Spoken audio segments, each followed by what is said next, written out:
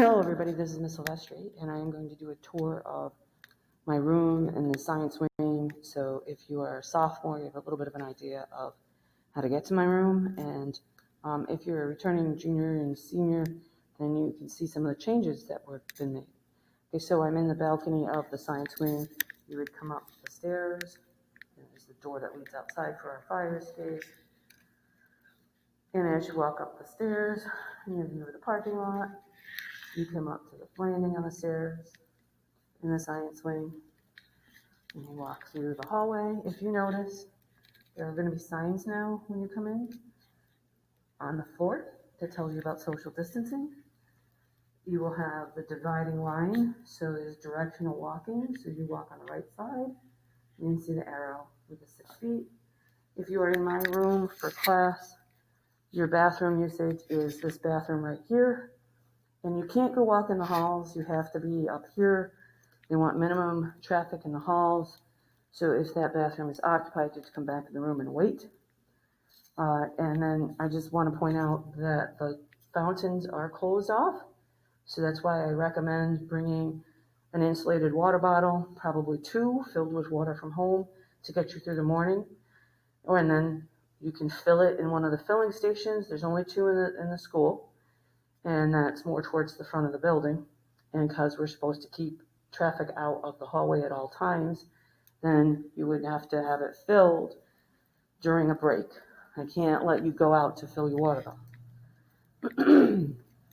As we walk into the room, we have hand sanitizer, so you can sanitize your hands on entry. There will be wipes for you to pick a wipe up. You would clean your area that you're sitting on. Adjust my hold on my computer here. Okay, so if you're sitting in a seat here that has a little piece of paper on it, you would wipe your seat down because the seat will be empty, and then throw your wipe out, wash your hands, and then take your seat. And then as you come into the room, there's some safety. And I'll definitely be saying, please stay away from the teacher area because there's so many cables. I don't know if you can see all the cables on the floor. So as we come over to the room, this is the lab area.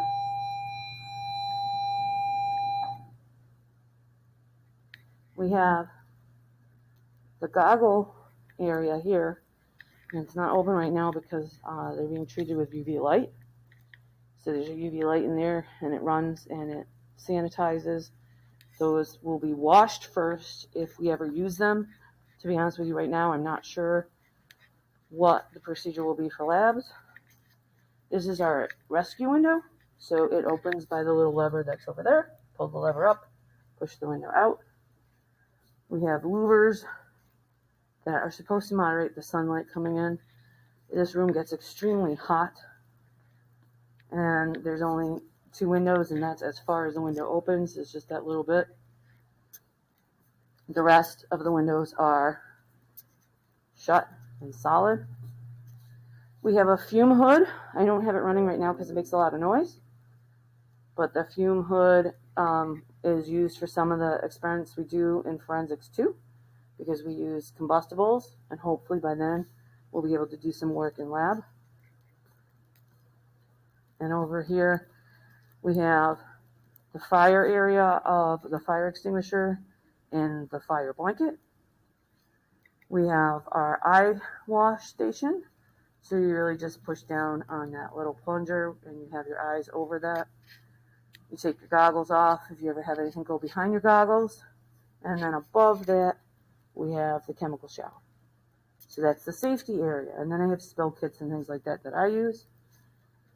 And you can see right now, this is not normally, if you've ever had another class, if you took forensics 2, you know, this is not normally how we have the chairs arranged, but they are arranged for 6-foot distancing. And it's been measured.